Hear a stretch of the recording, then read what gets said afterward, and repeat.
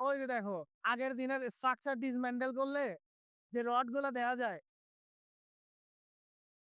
এগুলা কিন্তু ডিফর্ম না। এখনকার কনভেনশনাল যে রড আর এই রডের মধ্যে ডিফারেন্স কি? হ্যাঁ, প্লেন রড।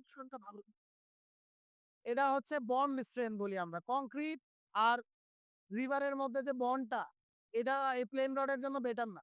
এগুলা অনেক পুরানো স্ট্রাকচার, আগের দিনে এরকম ডিফর্ম বার ছিল না, তখন ওই টেকনোলজি ছিল না।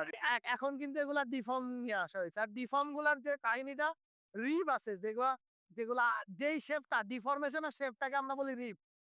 রিবের অনেকগুলা ক্যাটাগরি আছে। ইউনিফর্ম শেপের রিবও হইতে পারে। আমাদের বাংলাদেশের যতগুলা রড আছে সবই হচ্ছে ক্রিসেন্ট শেপের রিব। ক্রিসেন্ট মানে হচ্ছে ক্রিসেন্ট মুন বলি না আমরা, অর্ধচন্দ্র।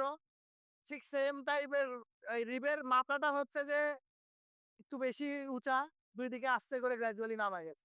এগুলা রিবেরও অনেক স্পেসিফিকেশন আছে, প্রায় অনেকগুলা ক্রাইটেরিয়া আছে। Minimum rib height, minimum spacing, transverse রিবের অ্যাঙ্গেল কতটুকু হবে। অনেক রডের ম্যানুফ্যাকচারার আছে যারা এগুলা মেনটেন করে না, মা করেও চলতেছে সমস্যা। কিন্তু ভালো কোয়ালিটির রড ধরো যে এগুলাতে কিন্তু এরা এই ক্রাইটেরিয়া গুলা মেনটেন করার চেষ্টা করতেছে বা মেনটেন করে।